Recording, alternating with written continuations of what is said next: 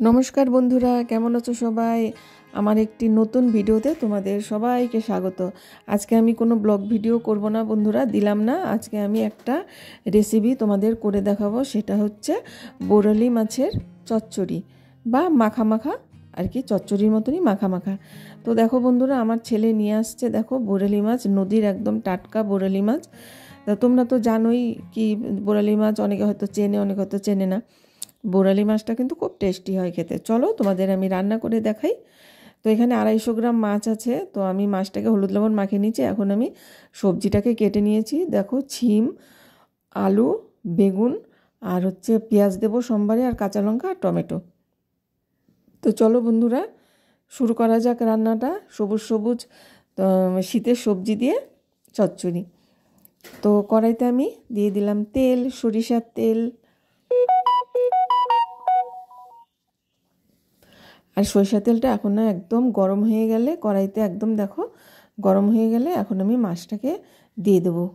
আর কড়াইটা না ভালো করে গরম করে নিতে হয়, নাহলে মাছগুলো লেগে লেগে গেলে এটা কেমন হয়ে যায় না।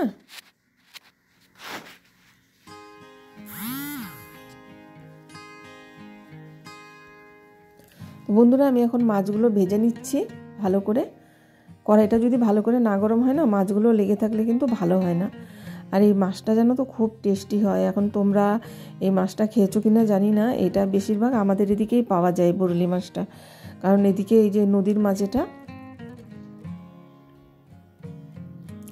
এদিককার মনে করো জল ঢাকা, মানে ছোট ছোট যত নদী আছে, তিস্তা নদী, এদিককার মাছ এটা তো খুবই টেস্টি হয়। আর এই মাছটা আমার মা খুবই ভালোবাসে। আর আমার ছেলে কিন্তু এই মাছটা খায় না, কিন্তু আমার মা খুব ভালোবাসে এই মাছ। আর আমার জানো তো, কলকাতা থেকে বান্ধবীরা এসেছিলো। বান্ধবীরা কলকাতা থেকে আমাকে ফোন করে বলছে যে দেখ, বোরালি মাছ যদি পাস তাহলে আইনে রাখিস। তো আমার ছেলে কিন্তু বোরালি মাছ এনে রেখেছিল আর কি। তো এই মাছটা তার থেকে ছোট। আর এই মাছের চচ্চড়ি বা ঝাল বা এমনি মাখা মাখা তরকারি, তো আমি আজকে করব মাখা মাখা তরকারি ধনেপাতা দিয়ে। আর বাকি মাছগুলো বন্ধুরা আমি ভেজে নিচ্ছি। মানে 250 গ্রাম মাছ তো বেশি হয় না, এই যে 2বার ভাজবো, 2বারে মাছ ভাজাটা শেষ হয়ে যাবে। তা আমি বেশি রান্নার ভিডিও দিই না, তো খুবই কমই দিই।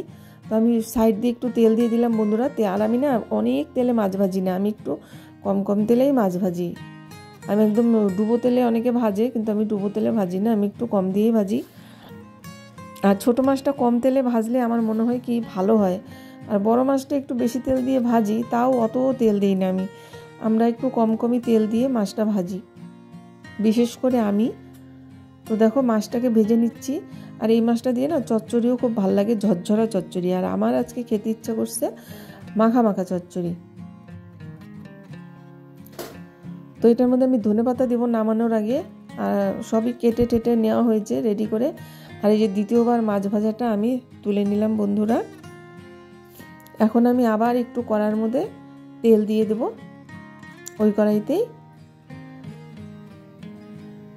আমার ভিডিওটি ভালো লাগলে বন্ধুরা লাইক, কমেন্ট, সাবস্ক্রাইব করে দিও। আর দেখো শুকনো লঙ্কা দিয়ে দিলাম, আর একটু এর মধ্যে ফোড়ন দিব কালো জিরা। আমি বেশিরভাগ চচ্চড়ির মধ্যে কালো জিরাই সোমবার দিই। ছোট মাছের মধ্যে তো চচ্চড়ির মধ্যে, ছোট মাছের চচ্চড়ির মধ্যে কালো জিরাটাই ভালো লাগে। আর এই যে দেখো দিয়ে দিলাম হচ্ছে পেঁয়াজ। আর এখন আমি এর মধ্যে অ্যাড করে দেব হচ্ছে কাঁচা লঙ্কা চিড়ে রাখছি, তো কাঁচা লঙ্কা চিড়াটাও আমি এখানে অ্যাড করে দেব। বন্ধুরা, আমার ভিডিওগুলো কেমন লাগছে তোমরা একটু জানাবে কমেন্ট করে। আমি তো আগে আমি সব রকমেরই ভিডিও বানাই, যে মানে রান্নার ভিডিও বলো, আমি বেশিরভাগ ব্লগ ভিডিওই বানাই। যেহেতু আমার ব্লগ ভিডিও চ্যানেল, কিন্তু আমি অল ক্যাটাগরি, আমি সব রকমের ভিডিওই বানাবো। তো রান্নার ভিডিও বানাবো, যেরকম ঘুরতে যাওয়া, তারপরে হচ্ছে ব্লগ ভিডিও, হাতের কাজ, সেলাই ফোড়াই, এইসব সব কিছুর ভিডিওই বানাবো। বন্ধুরা পাশে থেকো, সাথে থেকো, আর ভিডিওগুলো স্কিপ করে দেখো না কেউ। আর তোমাদের সুন্দর সুন্দর কমেন্ট পড়তে আমার খুব ভালো লাগে। আমি সবার কমেন্ট পড়ি কিন্তু, ঠিক আছে, আমি সবার কমেন্ট পড়তে আমার খুব ভালো লাগে। আর তোমাদের সবাইকে আমি খুব ভালোবাসি, আমার ইউটিউব ফ্যামিলি, আমার ইউটিউব পরিবারদের আমি খুবই ভালোবাসি। আর তোমাদের সাথে পাশে আমি সব সময় থাকবো, আছি, আর সব সময়ও থাকবো। এখানে আমি লবণ, হলুদ আর একটু জিরার গুঁড়া আর দিয়ে দিলাম কম হয়ে গেছিলো, তাই আমি আরেকটু দিলাম। আর এখানে আমি একটু সামান্য একটু লাল লঙ্কার গুঁড়া দিয়ে দিলাম। এখানে মনে হচ্ছে অনেক, কিন্তু বেশি দিই নাই, লঙ্কাটা ছড়ায় পড়ছে তো তার জন্য এরকম লাগছে। তো এটাকে আমি ভালো করে কষাবো এখন। একদম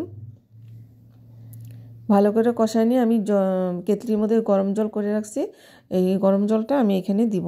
তো তার আগে আমি ভালো করে এই সবজিটাকে একদম কষায় নিব। আমার এরকম ছোট মাছ হলে যেন তার কিছুই লাগে না। এখন আমি অ্যাড করে দিলাম টমেটো। আর শীতের দিনে একটু টমেটোটা ভালোই লাগে, তাই না বলো? আর ঝিম, বেগুন, আলু দিয়ে চচ্চড়ি তো দারুণ লাগে। আর যেটা আমি ঝরঝরা চচ্চড়ি বললাম, ওটার মধ্যে একটু মূলা, হ্যাঁ, এইসব দিলেও ভাল লাগে। মূলা, ঝিম, আলু, বেগুন, ডাঁটা সব কিছু দিয়ে চচ্চড়ি কিন্তু খুবই ভালো লাগে। আর আমি এটা মাখা মাখা করছি, তো তার জন্য আমি অত সবজি দিই নাই। আর এই দেখো বন্ধুরা, এটার মধ্যে আমি দিয়ে দিলাম এখন গরম জল। আর আমি সবসময় গরম জল ব্যবহার করি রান্নার মধ্যে, তরকারির মধ্যে আমি সবসময় গরম জলটাই দিই। আমি 1 কাতলি করে রাখি, তো ওটাই আমি দিতে থাকি। দেখো এখন জলটা কম হয়েছে, তাই আমি আরেকটু জল দিয়ে দিলাম। তো এখন আমি সবজিটাকে নাড়াচাড়া করে একটু ঢাকনা দিয়ে কিন্তু সবজিটাকে আমি ঢেকে দেবো, কারণ আলু কিন্তু সেদ্ধ হয়নি। আলুটা সেদ্ধ হওয়ার জন্য আমি একটু বেশি করে জল দিলাম। দেখো বন্ধুরা, ঢাকনাটা খুলে আমি এখন নাড়াচাড়া করে নিচ্ছি। আর অনেকে নামানোর আগে মুহূর্তে মাছ দেয়, কিন্তু আমি নামানোর আগে মুহূর্তে মাছ দিই না। আমি অনেকটা আগেই, ঝোলটা যখন ফুটে আসে তখনই আমি মাছ দিয়ে দিই। মাছটা দিয়ে আমি মাছের সাথে ভালো করে ঝোলটাকে, তরকারিটাকে ফুটায় নিব। আমি মাছের যদি ঝোল রান্না করি, সেখানেও আমি মাছটা কিন্তু আগে দিয়ে দিই।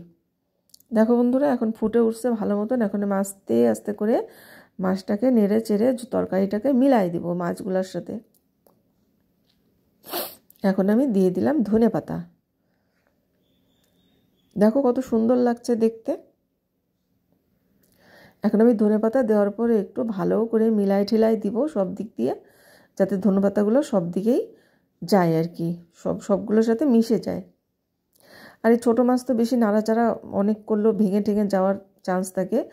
তো আলুটা সিদ্ধ হয়ে আসছে, আমার তরকারিটা মোটামুটি হয়ে গেছে। তো আমি একটু বললাম না, একটু মাখা মাখা ঝোল রাখবো, যাতে ওইটা দিয়ে আমি ভাত খেতে পারি আমরা। আমি মা রাই খাবো, তো ছেলে তো খায় না, ছেলের জন্য মাংস করা আছে, ছেলে মাংস খাবে। আলুটা সিদ্ধই হয়ে গেছে বন্ধুরা, এখন আমি তরকারিটা নামায় নেব। তো দেখো বন্ধুরা, তরকারিটা কেমন লাগছে দেখতে। এরকম চচ্চড়ি দিয়ে ভাত খেতে কিন্তু, গরম গরম ভাত, গরম গরম তরকারি দিয়ে কিন্তু খেতে খুবই ভালো লাগে। রোদে বসে বসে, এখন ঠান্ডার দিনে তো রোদে বসে খাওয়ার মজাটাই আলাদা।